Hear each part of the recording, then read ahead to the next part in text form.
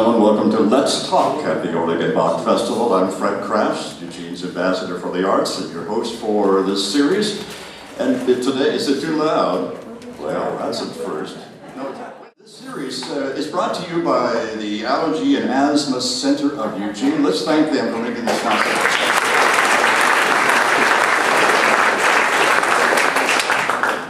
So today our guest is the artistic director designate, Matthew Halls. Let's welcome him to our program.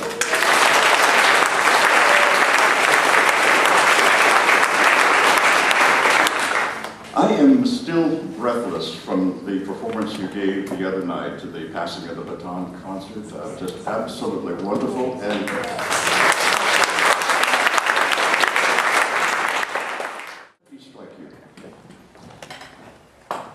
very difficult.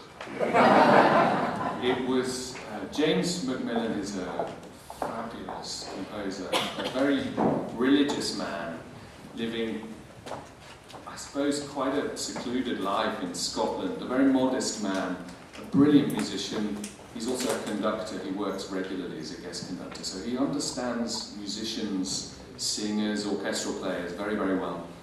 And he always writes in such a way which just sort of pushes you to the edge of what's possible. And a couple of audience members said to me after the concert, it was one of those experiences where it couldn't quite work out exactly what was going on. It was a bit like cosmic noise at times, you know, and I think that's James's brilliance. He's always challenging what the human voice is capable of doing, but within the context of all the things that have influenced him in life and in his own music. You can always hear in his music the background of bagpipes and Scottish ornaments. He uses a lot of the da-da-dum figures, and I wish we could just perform the piece again for you now and I could just explain a little bit. It's a shame, but you will hear it again. You will hear it again. I think that James is always mixing that with the solemnity of plain song and his Catholic background. And he comes up with these extraordinary sound worlds. You know, he takes you to different places with each of his works, but I have to say that it was unbelievably difficult to perform. I mean, hats off to the Berwick Chorus, because we had to rehearse it in a top secret location, usually at very antisocial hours of the morning, and we had a couple of security breaches where the door opened in the middle of our rehearsal, and you've never heard a choir stop singing quite so quickly. It was a joy to work on that piece. I think for me, if I can just explain, the piece took on a whole new level when we discovered, and we really had to search hard for it, it took a while to twig that this was happening in the piece. James has buried in the middle of the middle section a Bach chorale, note for note, Herz Licht tut mich verlangen, or in another setting, O Sacred Head Sore Wounded, a very, very well-known Bach chorale. And in rehearsals, I had these bizarre experiences where I could sort of hear some recognisable harmonic progressions coming through. He buried it so heavily in the decoration that it wasn't obvious, and it's written very slowly in augmentation, so you would have to really concentrate to hear it. But when you find it, and you see it there, buried in the second soprano, second alto, second tenor, second bass, it's unbelievable, because you can't hear it in the performance, because he's decorated it, he's embellished it, but he hasn't changed one note, and that is pure genius, really. Well, this has been an artistically fulfilling and symbolically touching season, which says a lot about the future of the Oregon Bach Festival. And so are you going to be doing the, what you might call it, new music, contemporary music at the festival? Absolutely. I think that, you know, it's always been central to the programming of this festival that we're seen to support our living composers. This year we have our Composers Symposium, and that's a very, very important aspect of our work. I see that commissioning is hard. I should point that out. It's very hard to say to a composer, I need a major work by this date. And, you know, 6 times out of 10, it's still going to be pouring through the fax machine half an hour before you go on stage. And that's, you know, that's white knuckle for musicians. It certainly happened here in the past, mentioning no names. But we try and make sure that we're commissioning well in advance, and one of the reasons that John Evans was, of course, able to announce to you the other night that this Macmillan piece that you heard is part of a major work for 2016 is it sort of gives you some idea of the lead time that you need when commissioning major works. So James is already well underway on that project, and the piece that you heard the other night will form the last movement of quite a large cantata that James is writing for us all in 2016 for orchestra and choir. So that will be the first major port of call in terms of a big modern piece, but it's my wish that in each festival programme we are supporting other works already in publication by living composers, and particularly American composers. We look forward to you as a performer as well. Are you going to be performing much in the future? As opposed to conducting. But that's a performance too. The musicians will like the humour in that. I think I have to be honest, and I have to say I'm obviously playing the harpsichord tonight in Bell Hall, and it terrifies me these days because I don't really get very much time to practice. And the last time I actually played the harpsichord in public was 12 months ago when John Evans asked me to play the harpsichord last year. So I only do it in safe places now, and I feel very safe here. So I'll keep trying it until you scream at me to stop. But there's a limit, and I think it's very hard. I find it hard to be a musical chameleon, and I think the thing that really I love doing is conducting. And I think I've sort of accepted that the harpsichord is a private instrument for me now, and it's something that I like to do at home when I'm exploring. If I feel brave enough, then I will, play the odd piece from time to time, but I think there are people out there that do it better. And I think we can get excited about the idea of using OBF as a platform for inviting more musicians to pass through and showcase these instruments. For the organ master class that you mentioned, who will be handling that?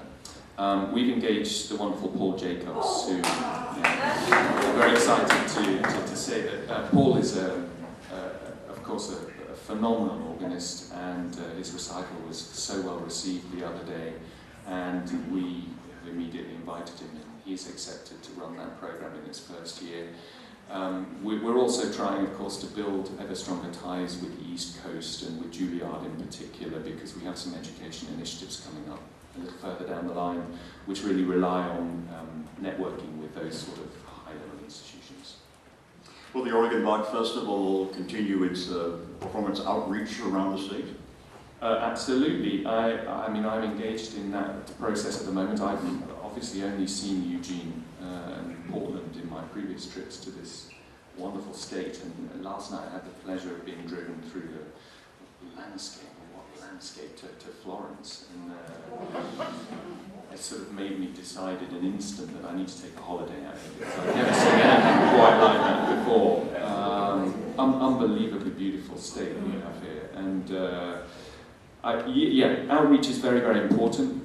We have a finite amount of time in which to do an unbelievably large number of concerts, so outreach will largely involve outsourcing concerts to groups like Portland Baroque, who can then galvanise a tour with a single programme. I think we already ask enough of our musicians here in Eugene, and we have to sort of make sure that we're not overdoing it on that front. But these centres, Corvallis, Florence, and Bend, and Ashland, I think it's wonderful. We've been taking music out there. I've played Brandenburg 5 many times in my life, but last night was quite extraordinary. It was a bit like a jazz concert. There's this huge cadenza, you all know, at the end of the first movement, and it's a scary ride, but as you can see the finish line, you always inside start to sort of give yourself a little bit of applause simply for arriving intact. But last night, the audience, a bit like being in the Village Vanguard really, they just started spontaneously to applaud as I was coming around to the end. And Monica Huggett turned around to me and said, "This is amazing. This is what they used to do in the 18th century, heckling and supporting," and it was a fantastic feeling, because I suppose I don't know what the music scene's like in Florence, but I had the feeling that this was something a little bit, out of the norm, and maybe normal concert etiquette went out the window. I mean, we're always taught not to applaud in the middle of a piece, but of course, if we're talking about historically informed performance, we should be drinking beer and chatting with prostitutes during That's what used to happen in 18th century London. It's where we draw the line, I think, is interesting. Well, talk about the artists that you may have here in the future. Let's start with the festival orchestra. It is a festival orchestra. A lot of these people have been coming forward here for quite a long time. Yeah. Are you going to keep it intact? Yeah. Good. Chorus? Yeah. No, I mean, that's a very strong message to send out there. I'm aware, I've read some of the articles written in the local press, and I've also received feedback from people. There's been this confusion that people seem to think that I'm a guy that likes to do everything with just one singer and one violinist on stage. It's not me. I believe this is an enormous festival, and we set the bar very high for special events. You're just not going to walk into the Silver Hall and hear Bach performed with one violin and with one singer. Where the change has to come a little bit, and I put my cards completely down there, is that if we do want to explore pre-Bach repertoire, some of the instruments that we need to do that don't actually exist in the modern orchestra, so we will have to think outside the box for that, because it's not possible to do that music with the orchestra that we have at our disposal. But there will be other things for that orchestra to do. So I think those of you who are really interested in historically informed performance, whatever that means, on original instruments, there will be more of that. There will be an increased presence, both from within and also in the importing of other groups and ensembles to showcase that. But the core of the festival absolutely stays, which is, the wonderful work of our modern orchestra and of our symphonic chorus. And the other thing about the Bach Festival, it has had a lot of great performers here, but they've become part of the Bach family, Bach Festival family. I'm wondering about some of the ones we have currently, like Tamara Wilson. Will she be back? If I have anything to do with it, I think we're all agreed that that's quite a phenomenal voice, and the evening that we spent at the opera was one that I'll never forget. Sammy always makes a joke out of the fact that she finds it quite amusing that she's a featured artist almost annually at the Oregon Bach Festival. And a lot of her colleagues at the Houston Grand Opera certainly rib her about this, because she's mainly known for her amazing achievements in Verdi and Verismo roles. And also, she actually said to me just before she left at the airport the other day, my dream is really to sing Monteverdi.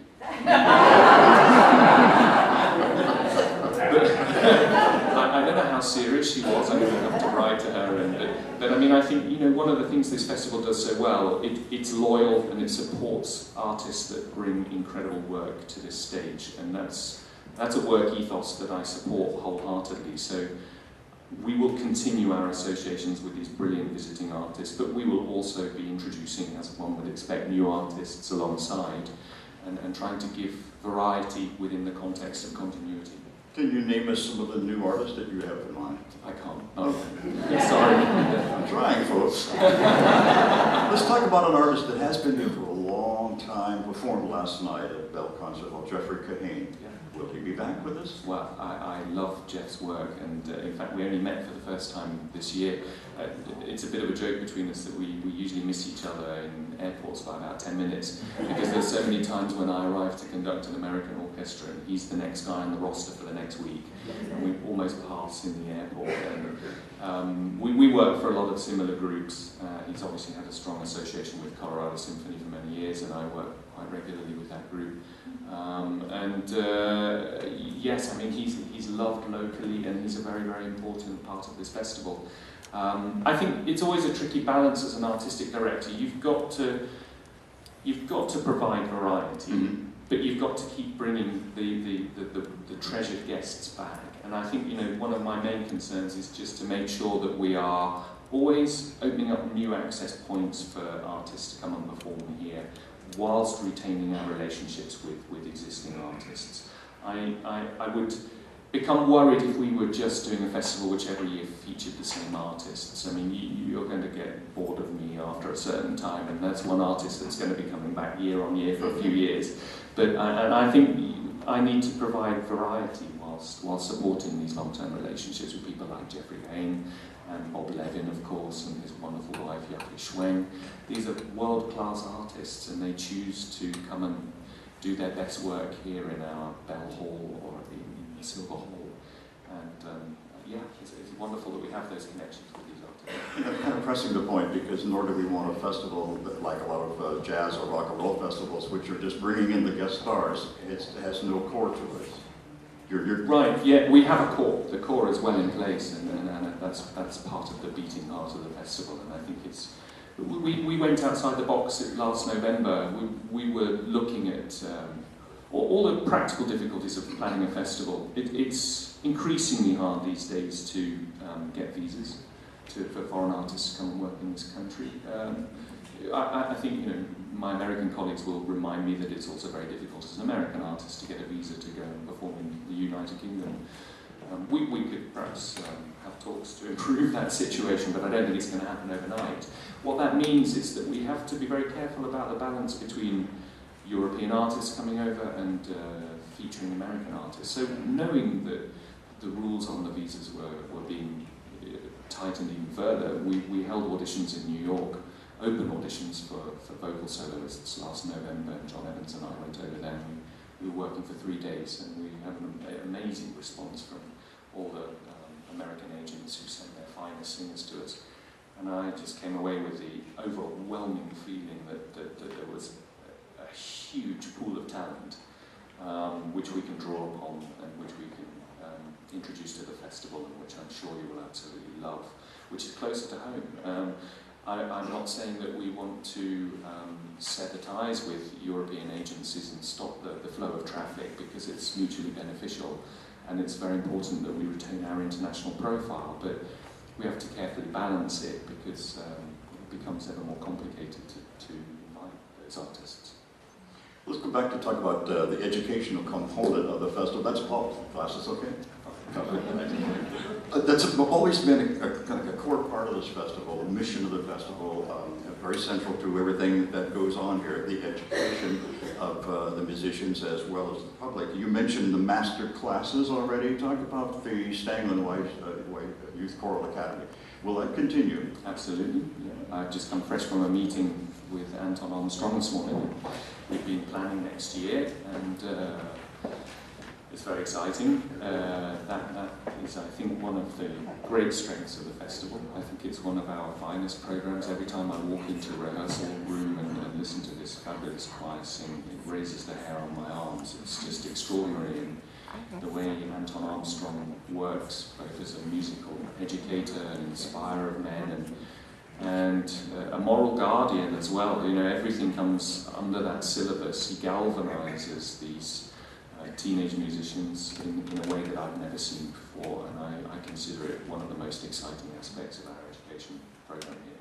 So yes, that continues. And I believe you talked last year about the possibility of an equivalent in the instrumental area, and all American orchestra. Is that coming along? Yes, it is. We're already in deep talks with educational institutions and with possible sponsors about the planned initiative to set up a large-scale orchestral academy here in Oregon in 2 or 3 years' time. This needs a long lead-in time because it's a fairly major project, but we perceive that at the moment we are missing an opportunity to provide education programs for orchestral players, both on modern instruments and on historical instruments.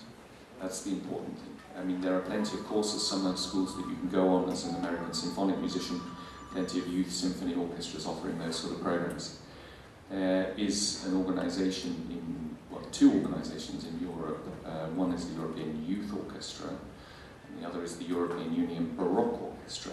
And both orchestras were founded to provide a link. As a young musician, you feel like you're stepping off a cliff. When you leave conservatoire, university, you've no idea whether you're going to be able to float the boat, make a career. It's a very difficult time.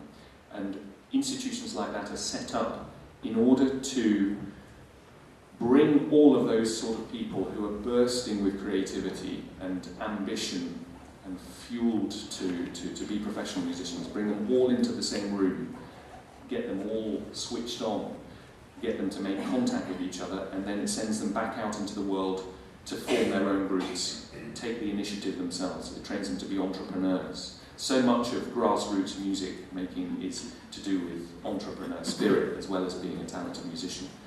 And these networking organisations bring people together from all countries in the EU, and from that many, many other things are born. I mean, I would say that looking in the period instrument world in Europe, I would very rarely walk into an orchestra where less than 90% of the performing musicians hadn't been through one of those organisations. It's an extremely high hit rate. And there has been a perception that there's nothing quite similar for what we do here. This is the sort of music that we do here for orchestral musicians. So we're really working very hard at the moment to try and fill that gap. I believe it was always Royce's desire that at some stage an orchestral academy would become a part of this.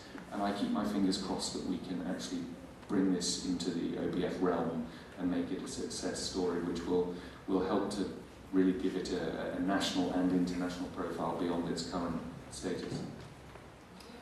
I hate to say it, but the Oregon Rock Festival has a graying audience. What are you doing to attract, well, I can speak for myself as well. What are you doing to attract younger audiences? I went to a marketing convention not so long back, and I was quite surprised by the conclusions that were being drawn. I suppose I rather naively assumed that if you want to get a diverse audience in your concert hall, you basically need to poach late teenagers, early 20-year-olds as a target audience. Apparently this is just untrue. It never quite works like that. The principle that marketeers are working on in Europe at the moment, which is where this conference was taking place, are basically looking at the idea that there are so many variables in this, I'll try and keep it a short story rather than a longer story. Education syllabuses are changing all the time. Music is not quite as valued as it once was. Culture is, in general, on the decline, sadly, and we'll learn from our mistakes. I'm quite sure about that because history has sort of told us that that never works. So with that in mind, let's look at the positives. In the UK, I can't talk for America because I think that perhaps music education is not quite so accessible as it is in the UK. It's still very important that each child at school learns at least one instrument, takes part in the choir, takes part in the orchestra. So the theory is you plant the seed at that early age, and then there's a general acceptance that in teenage years that might wane. People don't necessarily want to hear classical music, but the seed's already planted. But the marketeers have noticed a phenomenon which they rather negatively refer to as the midlife crisis, whatever that means. And it's the moment when, I suppose, 15 or so years out of your studenthood, you realise that life is a heck of a lot more complicated than you once thought, and that the responsibilities and burdens on the individual are great. And that's when people start looking out for signs that say, come teach yourself Tai Chi, or come and do yoga, or come to the opera. And this is what people are really grasping over the other side of the Atlantic, that there's a target audience in mid-30s, late 30s, early 40s, who can very easily be persuaded when they're looking for a greater meaning in life, that music provides that. And there are brilliant initiatives on the South Bank in London to bring vast numbers of those people into the concert hall, particularly city bankers and lawyers and people who've had a long, hard day at the office. They're invited to come a little later in the evening, and they're invited to take a beer and a glass of wine to the concert. They have a radio talk show host introducing the concert and interviewing the artists. And it's all very informal, and it's an unbelievable success. There's also another venue in Berlin at the moment called Radial System, which is offering concerts on yoga mats. And this seems to be incredibly attractive. I did a concert there 6 years ago, and several people fell asleep, but they seemed to really enjoy it.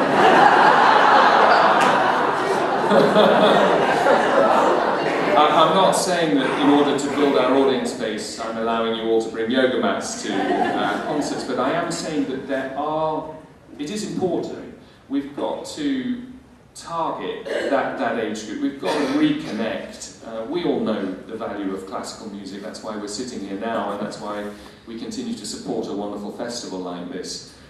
In order to preserve it, of course, in the long term, we constantly need to be regenerating the audience.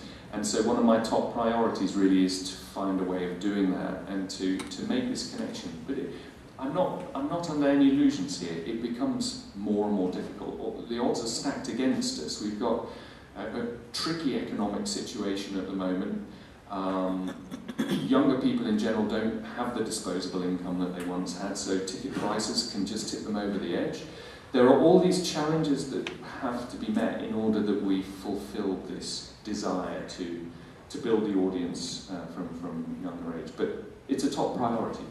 Well, you mentioned the yoga mat concerts. Are you thinking of something kind of exotic like that? What do you reckon? Answers on a postcard. I'm exploring all sorts of avenues at the moment. I'm particularly interested in the idea that, we have this wonderful temple to music in Eugene. It's called the Silver Hall. We also have one of the best chamber halls in the Western world, in the Bell Hall.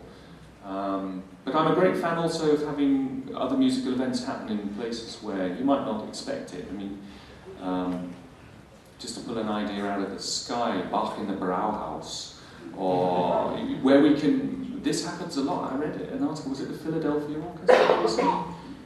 Either Philadelphia or Cleveland, they had a program which basically allowed their musicians to go out into restaurants and bars on a Friday night and perform impromptu concerts. And they were having enormous success with this because the pattern was that people stunned by the presence of these amazingly talented musicians, and then they came to the concert on the Saturday night in the hall. There are all sorts of things that we can explore, but I think, having spent a bit of time in Eugene now, that there are spaces that we don't use, which other people go to regularly and we haven't engaged with yet, that we could perhaps explore in our future program. What about the festival becoming a year-round event?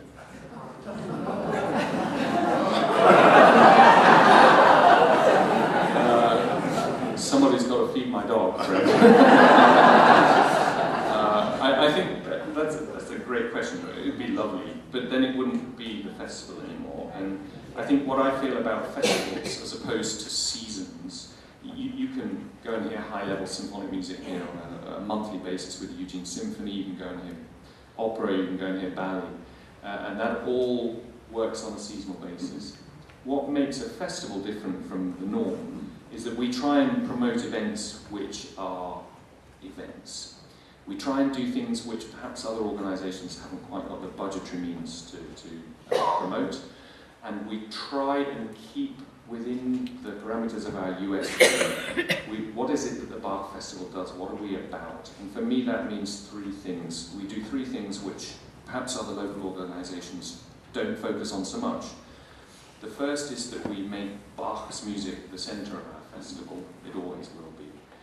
The second is that we produce a wide array of educational programmes around our already busy concert schedule. And the third is that we've become very well known as a major festival for the promotion of large-scale symphonic and choral repertoire. That's our USP. And if we became an all-year-round, or even enlarged festival, of course, we'd see that diluted very, very quickly. And I think there's an intensity, there's a fieriness about a festival. I was thinking this morning as I woke up and looked at the bags under my eyes that think about 3-week-long festivals. For the musicians, it's a week extra, of course, because we arrive and already start preparing. But you sort of arrive with a gladiatorial spirit. And then I will pass through the departure lounge of Eugene Airport on Monday as a shadow of my former self. I already feel a little bit like a zombie, and I think there are many musicians who feel that it's part of being part of a festival. That's what it is. You give your all. You get things out of musicians that you don't get in a normal week, and that's what makes it so unbelievably exciting. So we have to preserve that. That's what a festival is about, and I think that's what we focus on.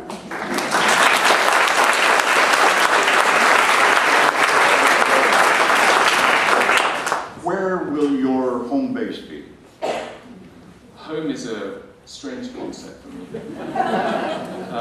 What did they say? Home is where your heart is, and my heart is in many different places, but my hearth is in Derbyshire, in the middle of England, and that's where I was born and bred. It's where they film all these high-clothed period dramas on BBC television. And I come from a farming family.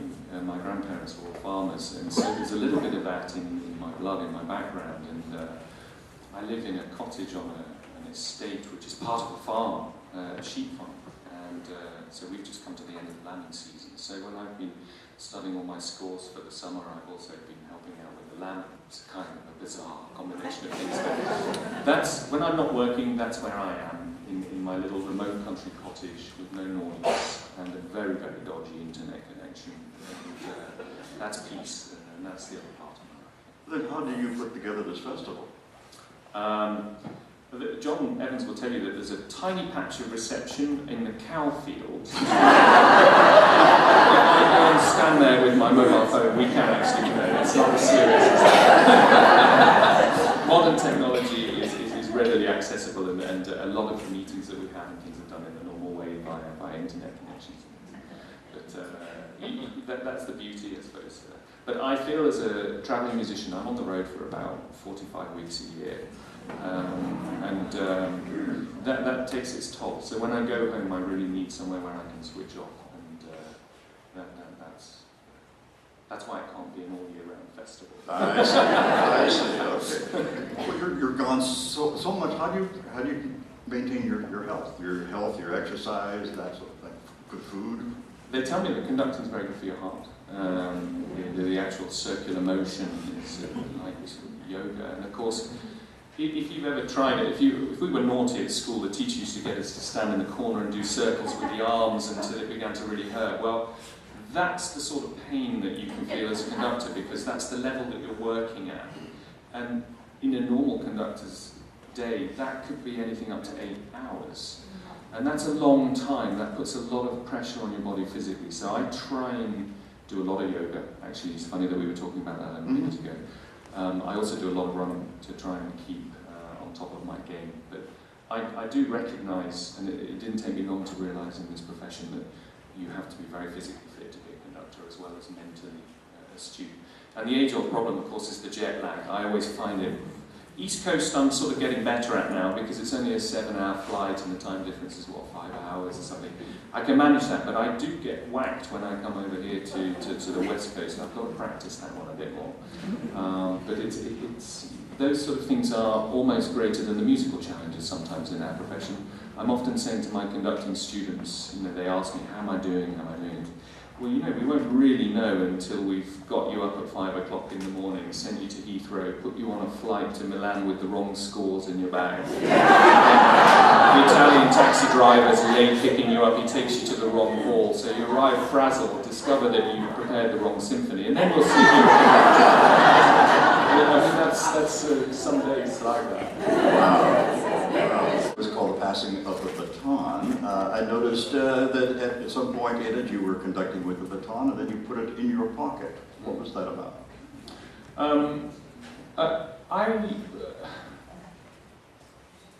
I ask the tough questions, folks. Yeah. Stop there. Some conductors rely on a baton. I've never wanted to become entirely reliant upon a piece of wood. I think a baton is tremendously useful in certain situations, but I think there's also a great skill and a lovely art to be learned in hand conducting. And as a young conductor, I was incredibly influenced by watching Boulez in London. He was working there all the time. Pierre Boulez would conduct Mahler symphonies with his hand like this. And it was extraordinary because there was no lack of precision. There was a gain in intimacy because it forces people to just look in a more astute way. He brought the musicians and galvanized them in a way that I'd never seen before at that stage. Why do conductors use a baton? I suppose the general perception is that a baton will increase the field of motion so that if you make a small movement with your wrist, it becomes a rather large movement with the tip of the baton. So for clarity in a large ensemble context, it's important.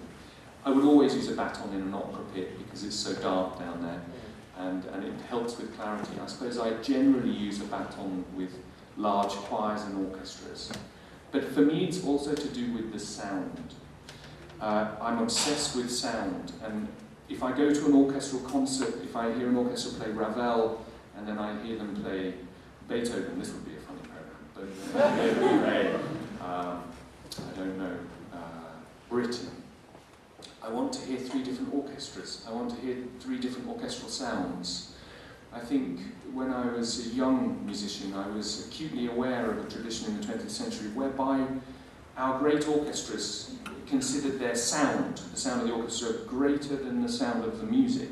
That may be a little unfair, but there was an emphasis on, if you went to the Boston Symphony, for instance, you wanted to hear the Boston Symphony, not the Boston Symphony playing Beethoven. It was the Boston Symphony sound applied to Beethoven, and I sort of, I don't get that, because I want to be challenged. I want to hear different sound worlds. For me, Ravel, his orchestration is so different. It needs a different approach. Beethoven demands a different response from musicians. So I am obsessed with this idea of finding different sounds. And I suppose I will use any means that I can to try and promote that. So, for instance, in the concert the other night, I chose to use a baton for the Mendelssohn because we had a large choir on the stage. But for me, the Brahms is a much more intimate piece, with the exception of the raging middle section. And I wanted to use my hands for that. And it was the same in the opera program. I never plan it. I've become a master of the quick draw. It's only failed me once wearing a new pair of trousers in the Festspielhaus in Salzburg. They had slightly larger pockets and the baton fell out and rolled off the front of the stage. But in general, I can make the decision depending on how I feel with the orchestra, and there are some orchestras that I just love conducting with hands, and this is one of them. I did it for the first time with the Tippett, which is an extremely challenging piece, and I asked the orchestra if they minded, because particularly American orchestras are much more used to being conducted with a baton. In Europe, it's becoming much more fashionable to not use it. If you go to the Philharmonie in Berlin, or if you watch their wonderful digital concert hall online, which I can thoroughly recommend, you will see that almost as a mark of respect, most guest conductors go into that orchestra and use their hands.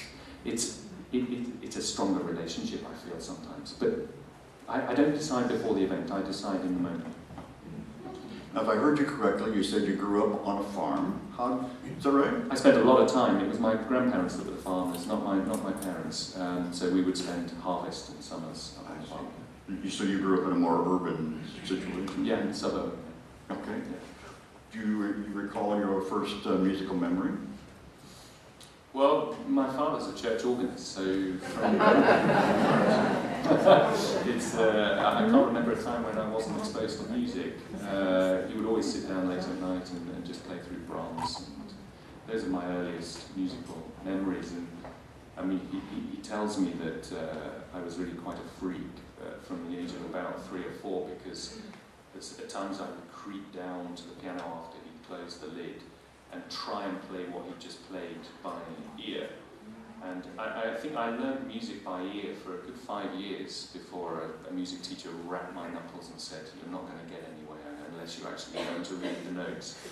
Thank goodness they said that, because it is quite a helpful skill.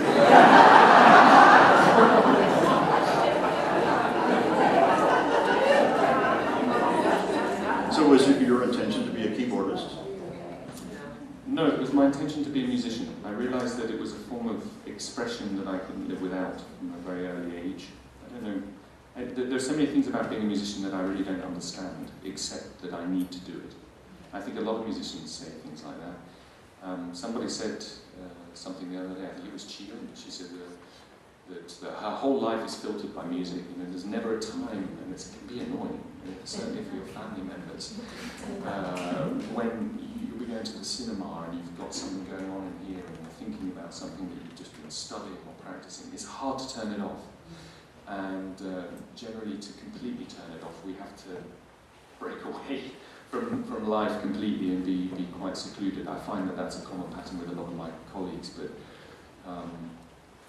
I always wanted to be a musician, and I wanted to see where the career would take me. I wasn't sure that it would work when I left university. Like everybody, I was very nervous, but I decided to dip my toe in the water.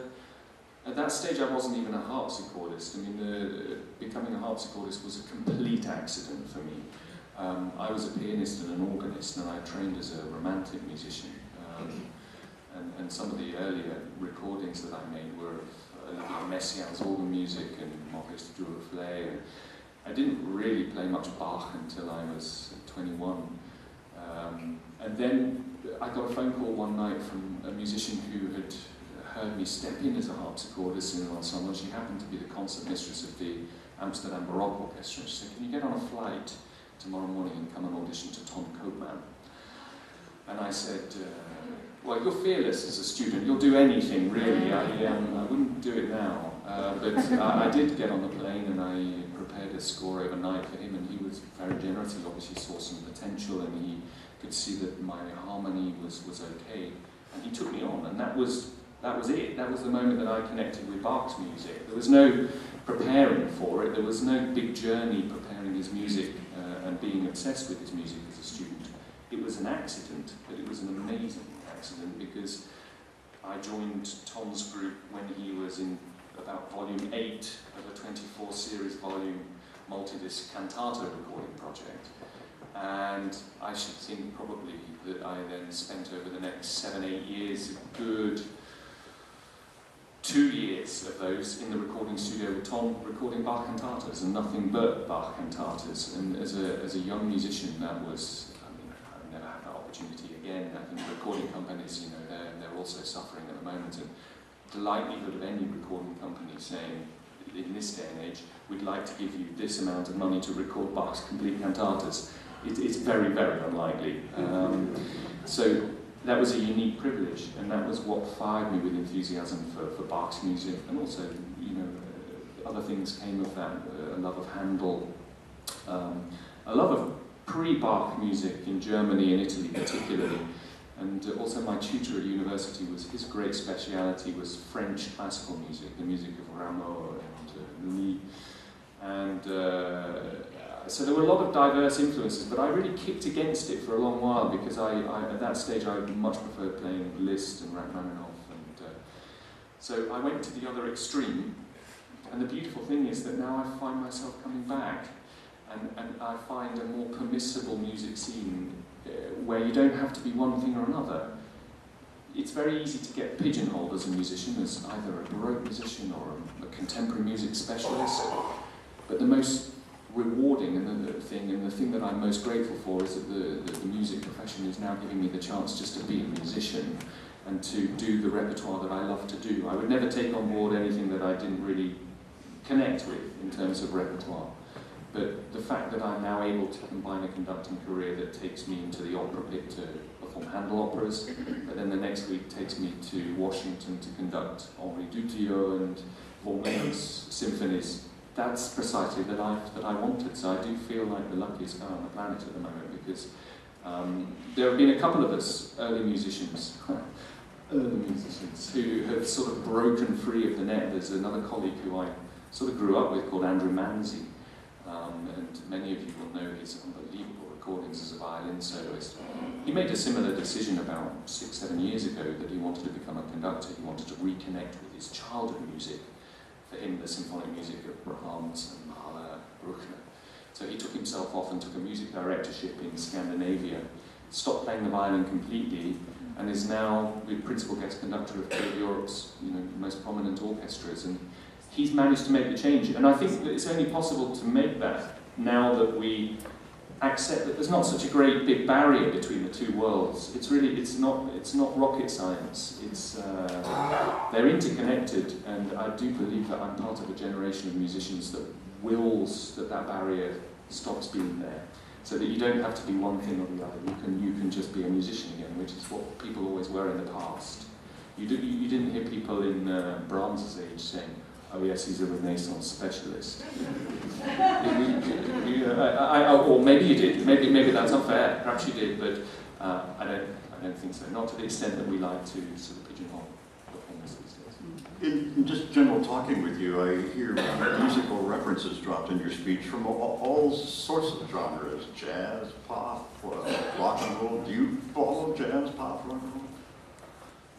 What we say stays within these four walls. Did I tell you this before? You know exactly what you're probing for. We'll find out. There was a period in my teenage years when I was heavily into heavy metal, and this led me to become a disc jockey for 4 years. I had a little business when I was at high school, and I was a sound engineer freak, so I built the sound systems, and my guy was a lighting designer, my business partner. And I used to be a DJ. I used to do parties in some clubs, and so I do like that music, or I used to. I don't listen to so much of it. My great love in the pop world is Coldplay. I think they're one of the best groups around at the moment, and they just always remind me of home. It's a London sound, it's an urban chic sound, and they're unbelievably intelligent musicians, and if I have my way, I'd love to invite them here to do a cover band for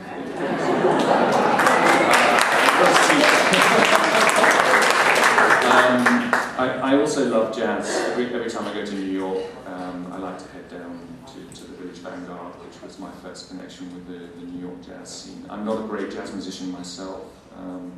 It sort of manifests itself in other ways. I like rhythm, but I've never really studied jazz playing. I'd like to at some stage, but just in private. So I do have very, very diverse musical interests. The other thing is that I'm quite well travelled in strange parts of the world, because for a long time my passion was to explore. I spent an awful lot of time in the Middle East. I've done a lot of teaching in Israel, but also other links have taken me to Syria and to Lebanon and to Egypt. I've been to all those places which are now a little bit dangerous to travel to as a tourist. This was in the sort of late 90s, early 2000s. Sometimes doing concerts there, meeting musicians there. My other great passion is cookery. I took some cookery lessons over there, and I think that that introduced me to world music in a big way, and meeting a lot of indigenous musicians I found very inspiring. I don't profess to be an expert on that, but I do love dipping into other cultures as far as music is concerned. It always has a very strong resonance. It always seems to come from the heart, and it's something which I find really interesting to listen to. So you could say that I have extremely eclectic taste, diverse interests, and it is nice once in a while not to be a classical musician. Distraction technique works quite well. There's no classical music in my car, let's say that. I generally listen to other genres. And when you're running, do you use an iPod and listen to music? I find running's a good time to learn scores, actually. Because the scientists seem to think that if you're engaged in some sort of physical exercise that you learn at a higher rate. I try and memorize all my scores, and I find that I can do a lot of that actually when I'm running, so I tend to listen to a lot of music while I'm running.